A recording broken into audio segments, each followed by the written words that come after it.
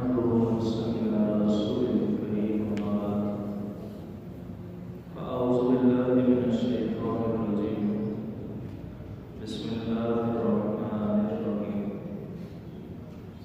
الرجال قوامون على النساء بما فضل الله بعضهم على بعض وبما أنفقوا من أموالهم صدق الله العظيم وصدق رسوله النبي الكريم ونحن على ذلك لمن الشاهدين والشاكرين والحمد لله رب العالمين إن الله وملائكته يصلون على النبي يا أيها الذين آمنوا صلوا عليه وسلموا تسليما اللهم صل على سيدنا وسلم سيدنا محمد وعلى آله وصحبه وسلم عليه الصلاة والسلام عليك يا رسول الله وعلى آلك وأصحابك يا حبيب الله سامعین کرام آج انشاءاللہ عزیز ہم سورۃ النساء کی آیت نمبر 34 سے اپنی گفتگو کا آغاز کریں گے جس میں اللہ رب العزت نے فرمایا الرجال قوامون علی النساء بما فضل اللہ بعضهم علی بعض کہ اللہ تبارک و تعالی نے فرمایا کہ مرد عورتوں پر نگہبان ہے مرد عورتوں پر نگہبان ہے اس آیت کو اللہ نے کس موقع پر نازل کیا سب سے پہلے اس آیت کا شان رسول صلی اللہ علیہ وسلم سعد ابن ربیع یہ نقیب انصار تھے انہوں نے ایک مرتبہ اپنی بیوی حبیبہ بنت زید ان کو کسی نافرمانی کی وجہ سے تھپڑ مار دیا ایک تماچا رسید کر دیا سعد ابن ربیع نے اپنی بیوی حبیبہ بنت زید کو حبیبہ ناراض ہو کر اپنے والد کے پاس چلی گئی اور والد کو جا کر سارا قصہ بتایا چونکہ وہ حبیبہ اپنے والد کی بڑی اکلوتی بیٹی تھی اور بڑی محبوبہ بیٹی تھی جب والد نے یہ سنا تو والد سے رہا نہ گیا اور وہ شکایت لے کر حضور کی بارگاہ میں پہنچ گیا اور عرض کرنے لگا کہ یا رسول اللہ سعد نے میری محبوبہ بیٹی کو تماچا رسید کیا ہے ایک تھپڑ مارا ہے لہٰذا مجھے قصاص دلایا جائے اس کا تماچے کا قصاص دلایا جائے حضور علیہ السلام نے قصاص لینے کی اجازت عطا فرما دی اور فرمایا کہ حبیبہ سے کہو کہ وہ بھی جائے اور جا کر سعد کو اپنے شوہر کو ایک تماچا مارے حضور نے اجازت دی اور وہ یہ اجازت ملنے کے بعد جب جانے لگے واپس ہونے لگے اسی دوران جبرائیل امین حضور کے پاس آ گئے یہ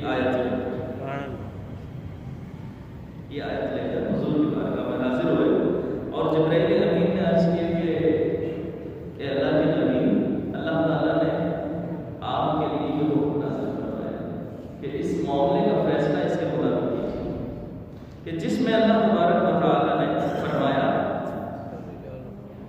کہ حبیبہ اپنے خاوند سے تھپڑ کا قصاص نہیں لے سکتی منع فرما دیا فرمایا کہ وہ قصاص نہیں لے گی اور بیوی شوہر سے قصاص نہیں لے سکتی اور پھر جب حضور علیہ السلام پر یہ آیت نازل ہوئی آپ نے ان کو بلوایا اور فرمایا اللہ نے ابھی مجھ پر یہ حکم نازل فرمایا لہٰذا اسی پر عمل ہوگا اور بیوی خاوند سے قصاص نہیں لے سکتی پھر آگے اللہ تبارک و تعالیٰ کے نبی نے یہ آیت پڑھ کر سنائی اور فرمایا ساتھ ہی کہ ہم نے کچھ اور چاہا رب نے کچھ اور چاہا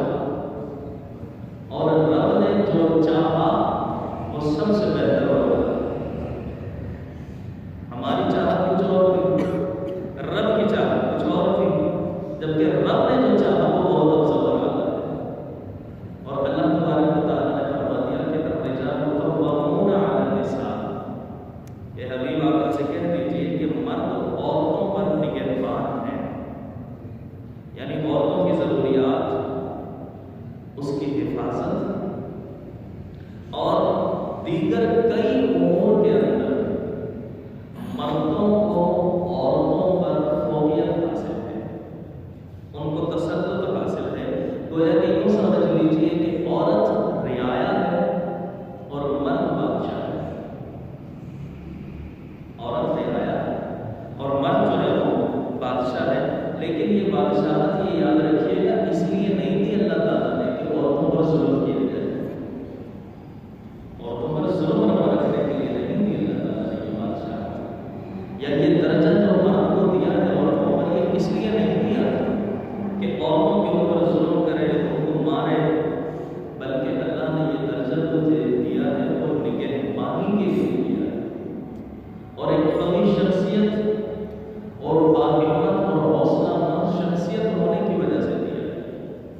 آگے اللہ نے فرمایا بما فضل اللہ بعضهم علی بعض، اس وجہ سے کہ اللہ تبارک و تعالیٰ نے ایک کو دوسرے پر فضیلت عطا فرمائی ہے، یعنی بعض کو بعض پر فضیلت عطا فرمائی ہے، اور اللہ تعالیٰ جس پر فضیلت عطا کرتا ہے اس کی کوئی نہ کوئی حکمتیں ہوتی ہیں، وجوہات ہوتی ہیں، اس کے اندر بڑی حکمتیں پوشیدہ ہیں، اور یہاں پر بھی مرد کے عورت سے افضل ہونے کی کئی وجہ ہے کہ مرد کو کیوں فضیلت دی عورت سے، اس کی کئی وجوہات ہیں، لیکن میں آپ کو صرف خلاصہ بتا رہا ہوں چونکہ بات بہت طویل ہو جائے گی۔ اللہ تعالیٰ نے مرد کو عورت سے افضل کیوں بنایا؟ وجہ یہ ہے کہ اللہ تعالیٰ نے علم اور قدرت کی وجہ سے مرد کو عورت سے فضیلت دی۔ اللہ تبارک و تعالیٰ نے کامل عقل مرد کے اندر رکھی، اللہ تعالیٰ نے احسن تدبیر مرد کے اندر رکھی، اللہ تعالیٰ نے علم اور جسم میں وسعت یہ مرد کے اندر رکھی، اللہ تعالیٰ نے استعداد اور صلاحیت اللہ تبارک و تعالیٰ نے اس میں زیادتی بھی مرد کو عطا فرمائی۔ یہی وجہ ہے آپ ذرا غور کر لیں کہ نبوت جو ہے وہ مردوں میں رہی، کوئی عورت نبی نہیں ہے، نبوت عورتوں میں نہیں، مردوں کے لیے باہمت اور حوصلہ مند اور کبھی شخصیت کے کام۔ اسی طریقے سے دیکھیں امامت، یہ شاید پچھلے درس میں بھی ذکر ہوا تھا، امامت یہ بھی مردوں کے پاس، عورت کے لیے نہیں۔ اسی طریقے سے قضاء، حدود، قصاص اور دوسرے معاملات کے اندر گواہی مردوں کی زیادہ موجود ہے۔ گواہی کے اندر آپ دیکھ لیں کہ ایک مرد کی گواہی ادھر دو ہے، یعنی دو عورتوں کی گواہی اور یہاں ایک، یہاں پر بھی عورتوں کو زیادہ فضیلت دی اللہ تبارک و تعالیٰ۔ اسی لیے جہاد مردوں کے لیے، آزان مردوں کے لیے جا سکتا، خطبہ مردوں کے لیے جا سکتا، اور اس طرح کے جو دوسرے امور ہیں، مثلا نکاح ہے، نکاح کے اندر مالک مرد کو بنایا، مختار طلاق کے اندر یہ بھی مرد کو عطا فرمایا، طلاق کا حق بھی مرد کو دیا ہے اسلام نے، اور اللہ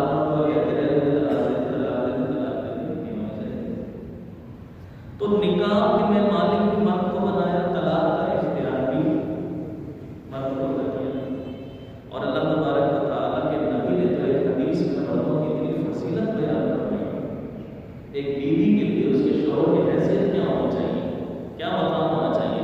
رسول اللہ صلی اللہ علیہ وسلم نے فرمایا کہ اگر میں کسی انسان کو سجدہ کرنے کا حکم دیتا، ویسے سجدہ صرف اللہ کے لیے، اللہ کے لیے کسی کو سجدہ جائز نہیں، لیکن فرمایا اگر اجازت ہوتی تو فرمایا کہ میں بیوی کو حکم دیتا کہ وہ اپنے خاوند کو سجدہ کرے۔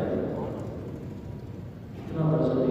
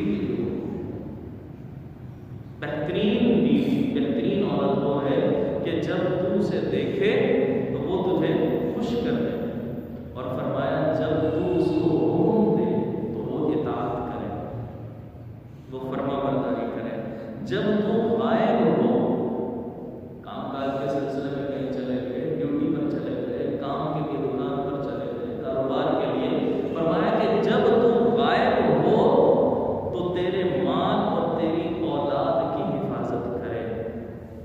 اور پھر رسول اللہ نے یہ آیت تلاوت فرمائی، فالصالحات قانتات حافظات للغیب۔ ایک اور حدیث حضور علیہ السلام نے فرمایا، حضرت عبداللہ ابن عباس سے روایت ہے، توجہ سے سنیے گا اس حدیث کو۔ رسول اللہ صلی اللہ علیہ وسلم نے فرمایا، حضرت ابن عباس رضی اللہ تعالیٰ عنہ سے روایت ہے کہ رسول اللہ صلی اللہ علیہ وسلم نے فرمایا، جسے چار چیزیں مل گئی اسے دنیا اور آخرت کی بھلائی مل گئی۔ جسے چار چیزیں مل گئی، دنیا میں اس کے لیے بھلائی ہے، آخرت میں بھی اس کے لیے بھلائی ہی بھلائی ہے۔ نمبر ایک، شکر گزار دل جسے مل گیا ہے، شکر کرنے والا دل جسے مل گیا ہے، دنیا میں بھی بھلائی ہے اس کے لیے، آخرت میں بھی بھلائی ہے۔ نمبر دو، یاد خدا کرنے والی زبان مل گئی اس کو، اللہ کو یاد کرنے والی، ہمیشہ اللہ کے ذکر سے زبان کو تر رکھنے والا شخص، فرمایا دنیا اور آخرت دونوں میں بھلائیاں پانے والا۔ تیسری چیز، مصیبت پر صبر کرنے والا بدن مل گیا اس کو۔ چوتھی چیز اور آخری چیز، فرمایا ایسی بیوی اسے ملی ہو کہ جو اپنے نفس اور شوہر کے مال میں خیانت نہ کرتی ہو، اپنے نفس میں بھی اور شوہر کے مال میں بھی خیانت نہ کرتی ہو۔ رسول اللہ نے فرمایا جس کو یہ چار چیزیں مل گئی اسے دنیا اور آخرت کی بھلائی مل گئی۔ دوبارہ ریپیٹ کر رہا ہوں، توجہ، چار چیزیں جسے مل گئی، دنیا اور آخرت کی بھلائی۔ نمبر ایک، شکر ادا کرنے والا دل مل گیا، شکر گزار دل، جس حال میں وہ رب کا شکر کرے۔ یاد خدا والی زبان مل گئی اس کو، مصیبت پر صبر کرنے والا بدن مل گیا اس کو، اور فرمایا ایسی بیوی ملی ہو کہ جو اپنے نفس اور شوہر کے مال میں خیانت نہ کرتی ہو۔ رسول اللہ نے فرمایا دنیا اور آخرت کی بھلائی اسے مل گئی۔ ایک اور حدیث، اس کے بعد آگے چلتا ہوں۔ رسول اللہ صلی اللہ علیہ وسلم نے فرمایا کہ جو عورت اس حال میں فوت ہو، جو عورت اس حال میں فوت ہو کہ اس کا خاوند اس سے راضی ہو، فرمایا کہ وہ جنتی ہوگی، وہ جنتی ہوگی۔ اطاعت گزار نیک بیوی ہو، خصلت ہے نیک عورتوں کی خصلت ہے، اس حال میں فوت ہو کہ اس کا شوہر اس سے راضی ہو، فرمایا وہ جنتی، جنت میں۔ آگے اللہ نے فرمایا، اچھا یہ تو تھی ایک قسم کی عورت کہ جو نیک خصلت ہو، عورت دوسری طرح کی بھی ہوتی ہے، وہ کیا، ان کے بھی بارے میں اللہ تعالیٰ نے نصیحت فرمائی، ان کے بارے میں وضاحت فرمائی۔ یہ تو فرمائی کہ نیک خصلت ہوں، ایسی جو قانتات ہو، اطاعت گزار ہو، حافظات ہوں للغیب، پھر جس کی وضاحت ابھی کی۔ دوسری قسم کی جو عورتیں ہیں وہ کون سی ہیں؟ وہ یہ کہ واللاتی تخافون نشوزہن، اور اللہ فرماتا ہے کہ اور وہ عورتیں جن کی نافرمانی کا تمہیں اندیشہ ہو، تمہیں یہ خوف ہو کہ وہ عورتیں نافرمانی کرتی ہیں، نافرمانی کریں گی، ان کی اصلاح کی ذمہ داری ہے، ان کی اصلاح کرنی ہے، اور اصلاح کرنی کیسے ہے؟ اپنی طرف سے نہ شروع ہو جائے، قرآن میں طریقہ ہوتا ہے، اور جو قرآن کا طریقہ ہوگا وہ سب سے آگے طریقہ ہوگا، قرآن نے بتایا اسٹیپ بائی اسٹیپ چلنا ہے۔ لیکن وہ عورتیں جن سے نافرمانی کا اندیشہ ہوتا ہے، نمبر ایک، سب سے پہلے کیا کرنا ہے؟ فَعِزُوهُنَّ، فَعِزُوهُنَّ، اللہ نے فرمایا نمبر ایک، سب سے پہلا کام یہ کرنا ہے تم نے کہ تم نے ان عورتوں کو نرمی سے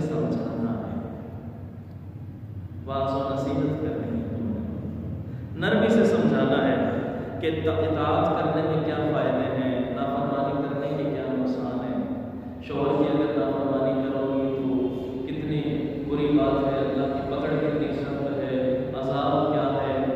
تو اللہ نے فرمایا فَعِظُوهُنَّ، سب سے پہلا اسٹیپ یہ ہوگا تمہارا کہ تم ان کو نصیحت کرو گے، نرمی سے سمجھاؤ گے.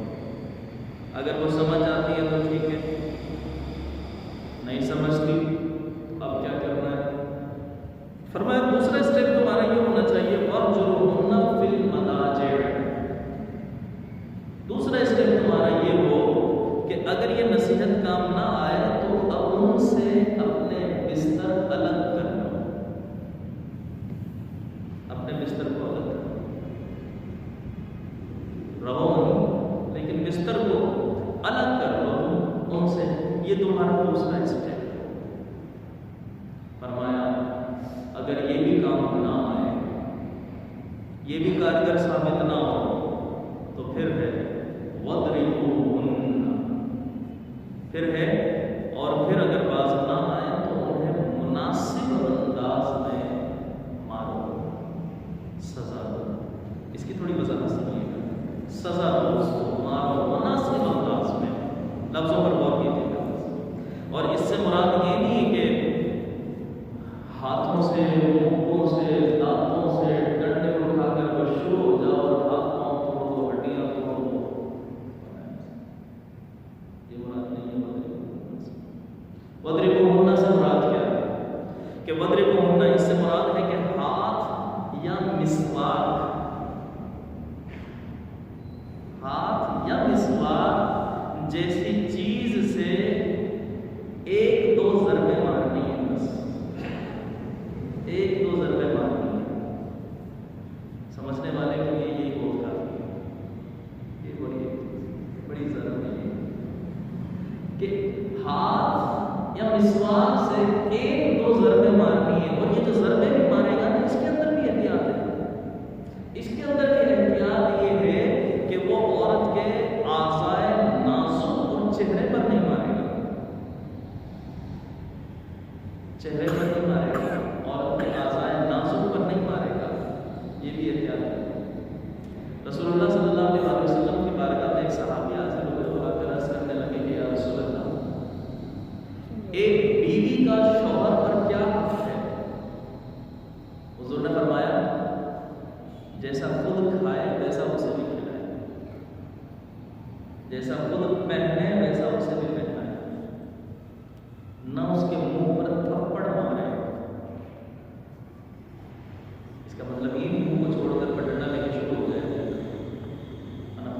چہرے چونکہ شناخت ہے انسان، بڑی افسر چیز. فرمایا نہ اس کے منہ پر تھپڑ مارے اور نہ اسے برا بھلا کہے.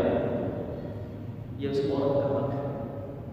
ایک روایت میں آتا ہے کہ رسول اللہ صلی اللہ علیہ وسلم نے فرمایا کہ اگر تمہیں اپنی بیویوں کے اندر کوئی خامی نظر آ جائے، کوئی کمی نظر آ جائے تو ان سے نفرت کرنے نہ لگ جاؤ، بلکہ اگر غور کرو گے تو تمہیں کہیں نہ کہیں اچھائی بھی نظر آ جائے گی.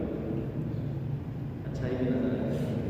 اگر چائے اچھی نہیں بناتی ہے نا تو اسے بریانی اچھی بنا لیتی ہے.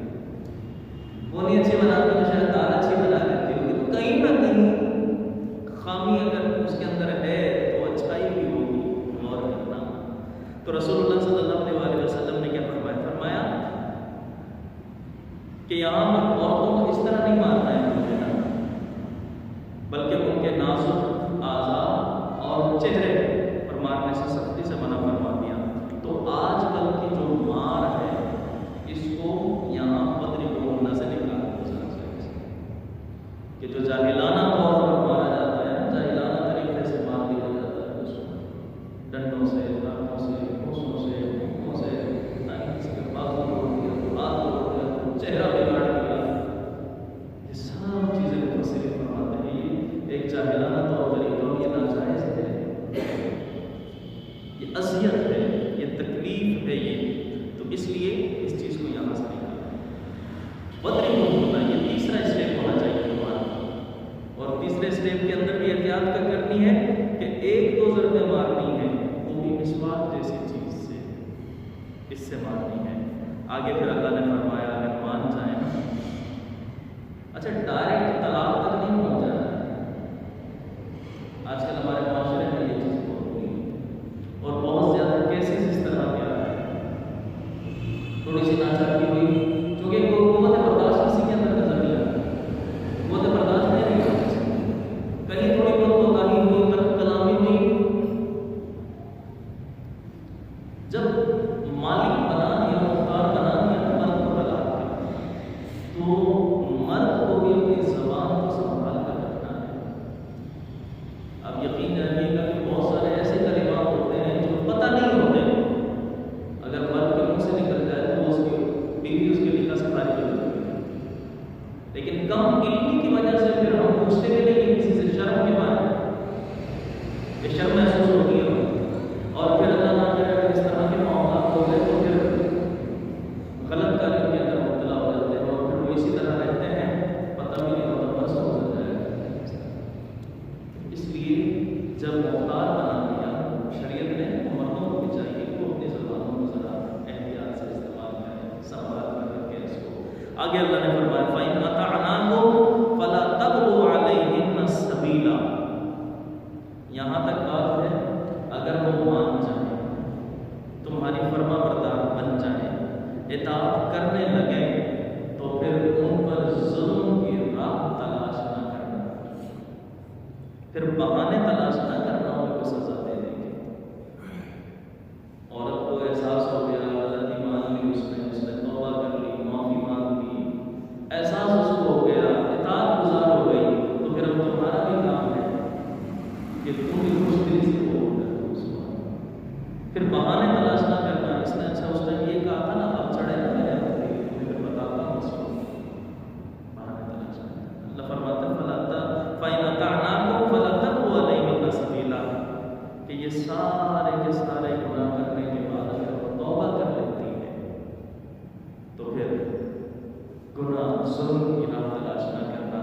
اس لیے کیونکہ رسول اللہ صلی اللہ علیہ وسلم نے فرمایا کہ گناہ سے تائب ایسا ہے جیسے اس کا گناہ کیا ہے، گناہ سے تائب توبہ کرنے والا ایسا ہے جیسے اس نے گناہ کیا ہے.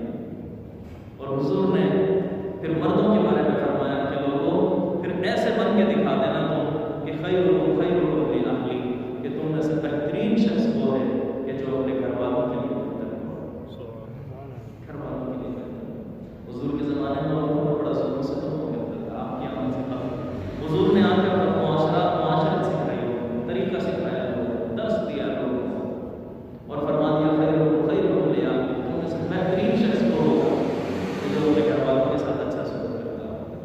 جب لوگوں نے سنا تو خواہش ہوئی یار ہم نبی کی نظر میں بہترین اعلیٰ بن جائیں، سب نے اس سے سلوک کیا اور پھر وہ معاشرہ جنم لیا اس معاشرے میں کہ جو اسلام چاہتا. آخر میں اللہ رب العزت نے فرمایا کہ ان اللہ کان علیٰ کبیرا، اور یہ یاد رکھنا کہ اللہ تبارک و تعالیٰ بڑی کبریائی والا اور بڑا اعلیٰ ہے، اللہ بڑے اعلیٰ ہے کہ اگر ایسا کر دیا تم نے بھی معاف کر دیا تو اللہ تبارک و تعالیٰ کی بڑی عزت ہوتا ہے، بڑی کبریائی ہوتا ہے. اور اللہ تبارک و تعالیٰ بہت اعلیٰ ہے. تو اللہ تبارک و تعالیٰ نے اس آیت کے اندر سورہ نساء کی آیت نمبر 34 میں جو خاص طور پر حکم فرمایا وہ میاں بیوی کے بارے میں. مردوں کو فضیلت دی، عورتوں پر کیوں؟ اس کی وجہ ذکر کر دی گئی. آخر میں صرف ایک چیز عرض کروں گا، خلاصہ اس کا میں ابھی چونکہ کچھ چیزیں میں نے پچھلے درس میں عرض کر دی تھی، آج صرف ایک چیز عرض کروں گا اور وہ یہ کہ اس ایک آیت کے اندر سے جو ہم نے سیکھا وہ یہ کہ خاوند کو اللہ تبارک و تعالیٰ نے عورت کے لیے حاکم بنایا، عورت کو اس کے ماتحت بنایا. خاوند کو حاکم، عورت کو اس کے ماتحت، یعنی خاوند بادشاہ ہے، عورت اس کی رعایا ہے. اور یقین جانیے جو آج کہے نا کہ نہیں دونوں برابر ہیں، مرد اور عورت شانہ بشانہ، عورتیں کم نہیں کسی سے. یہ نعرے لگتے ہیں عورتوں کو جو ہے نا وہ پیچھے رکھا جاتا ہے اور مردوں کے شانہ بشانہ رہ کر کام کریں گے.